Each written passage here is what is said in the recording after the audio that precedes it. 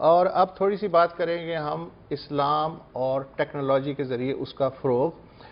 ایک قرآن اور حدیث کا پہلا جامع سرچ انجن جو ہے وہ منظر عام پہ آ گیا ہے، اس کا نام ہے اسلام 360، اسلام 360۔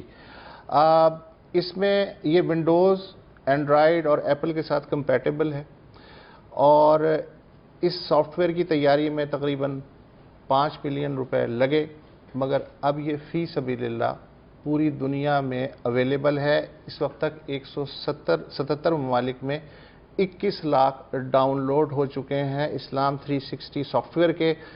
اس سافٹ ویئر میں قرآن کے 10 تراجم ہیں، 2 تفاسیر ہیں، تفسیر ابن کثیر اور تفہیم القرآن۔ تمام جو مرتبہ احادیث ہیں وہ اس سافٹ ویئر میں آپ کو ملیں گی ایک کلک پہ، عربی، اردو، رومن اردو، ہندی اور انگریزی ترجمے کے ساتھ، آڈیو میں بھی اور تحریراً بھی۔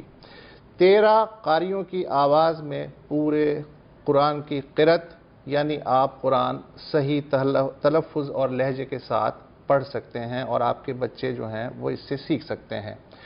اس سافٹ ویئر کی خوبی یہ ہے کہ آپ ایک لفظ ٹائپ کریں یا کوئی سبجیکٹ یا موضوع ٹائپ کریں، اس موضوع یا لفظ کے اعتبار سے تمام جو آیات یا متعلقہ جو احادیث ہیں وہ آپ کے سامنے 1 سیکنڈ میں آ جائیں گی۔ اگر آپ ٹائپ نہیں کر سکتے تو آپ اپنی آواز سے کوئی لفظ جو ہے وہ اسے اس سافٹ ویئر کو بتائیں تو وہ سافٹ ویئر سن کے ریلیونٹ مواد فوراً آپ کے سامنے پیش کر دے گا۔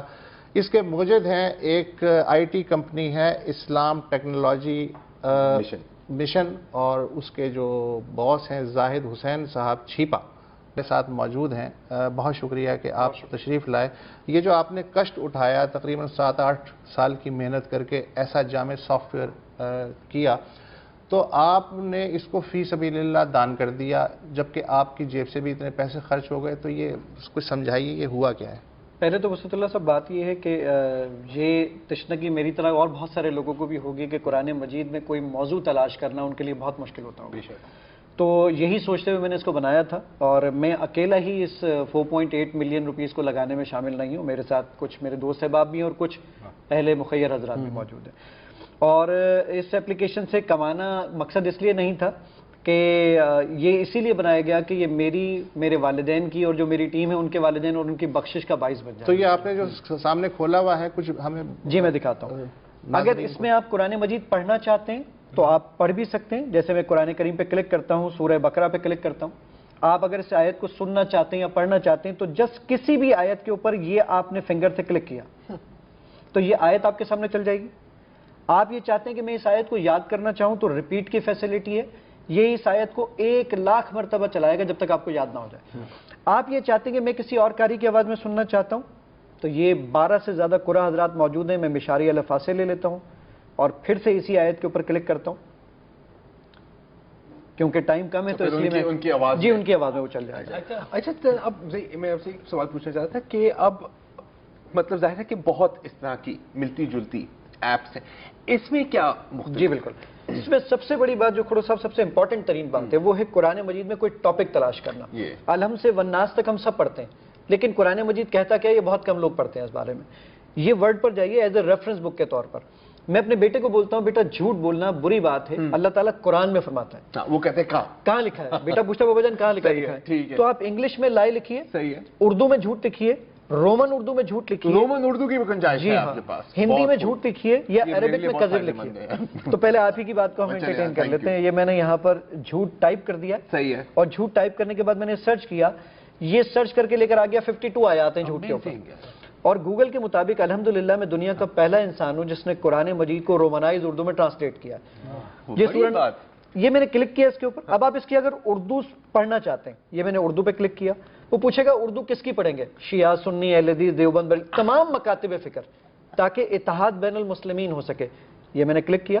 آپ اس کو اگر سننا چاہتے ہیں تو آپ سن بھی سکتے ہیں۔ اچھا، سب سے اچھی بات یہ ہے کہ یہ انٹرنیٹ نہ بھی ہو تو یہ استعمال ہو سکتی ہے، آف لائن ہے۔ اس میں آڈیو کے لیے ایک دفعہ انٹرنیٹ چاہیے ہوتا ہے، باقی اس کی بھی ضرورت نہیں ہوتی۔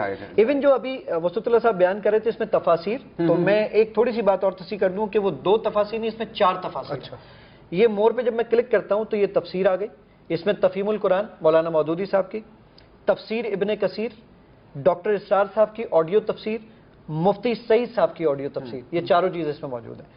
ایون اگر آپ یہ چاہتے ہیں کہ میں قرآن کریم کے ایک ایک ورڈ کی ڈکشنری دیکھنا چاہوں، 77,881 ورڈز ہیں قرآن مجید میں.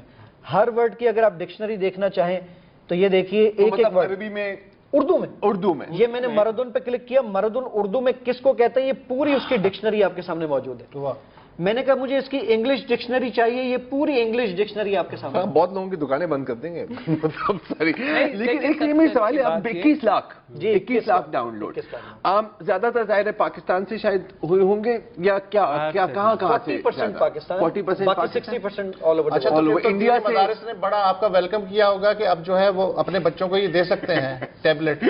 جی آپ اگر حضرات سیریسلی تو اتنا ایسی پذیرائی نہیں مل سکی. لیکن سر ایک اچھی بات یہ ہے کہ کیونکہ لوگ جو ہے اب جو قاری صاحب کو بلاتے تھے یا لوگ اگر کوئی مدارس میں بھیجنے پہ تھوڑے ہچکچاہٹ کا شکار تھے تو اس سے سیکھ سکتے ہیں.